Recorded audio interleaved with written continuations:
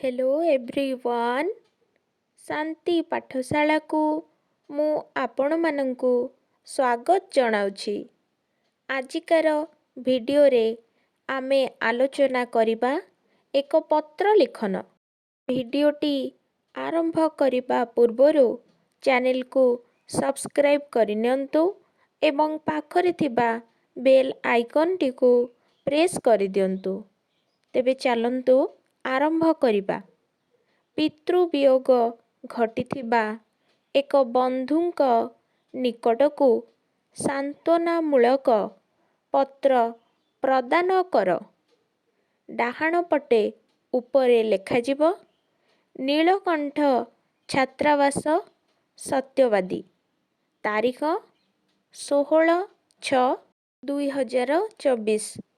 Balm पटे लेखाजिब प्रिय रवि कमा मोर शुभेच्छा नेबु।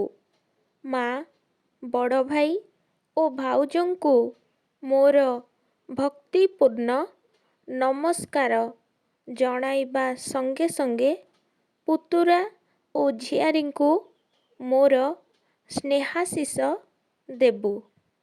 निकट अतीतरे तोर लोतक भरा दुख जनित पत्रटी पाई विशेष मर्माहत हेली।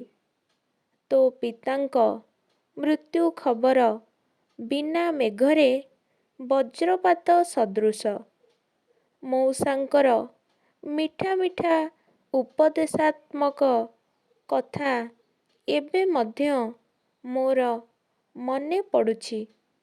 से एते शीघ्र आमको शोक सागर रे भसाई देई एपरी चाली जिबे मु स्वप्न रे सुधा भाबी नथिली। गत पूजा छुट्टी रे तुम घरे स्वल्प समय रहणी मध्यरे तांको सह वार्तालाप को मु एबे मध्य भूली पारु नाही।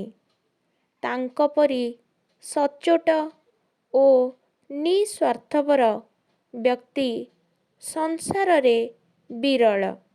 संसार रे मिलन ओ विच्छेद गोटिए मुद्रार दुईटी पार्श्व सदृश।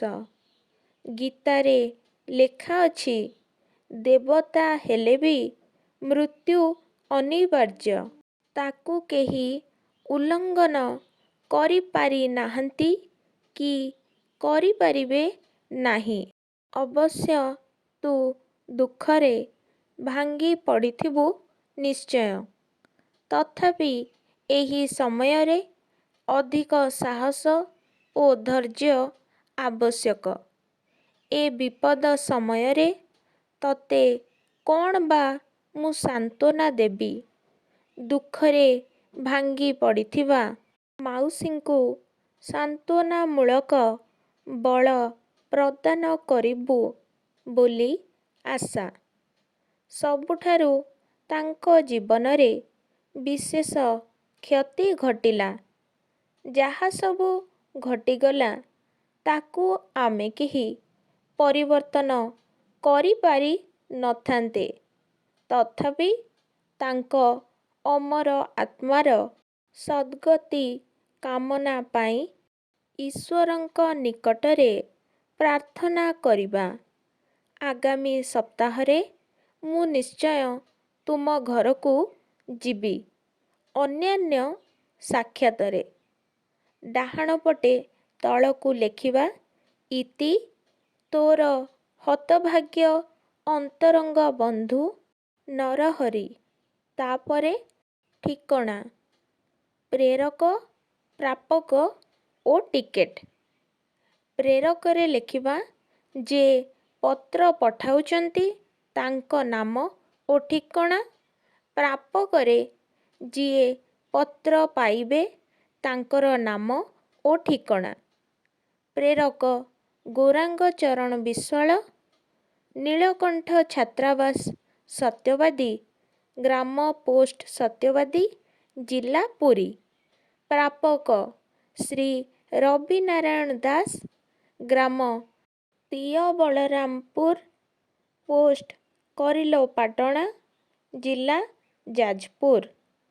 ଯଦି ଆଜିକାର ଭିଡ଼ିଓଟି ଆପଣଙ୍କୁ ଟିକେ ବି ଭଲ ଲାଗିଥାଏ ତେବେ ଲାଇକ୍, ସେୟାର ଏବଂ ସବସ୍କ୍ରାଇବ୍ କରିବାକୁ ଜମାରୁ ଭୁଲିବେନି। ଧନ୍ୟବାଦ।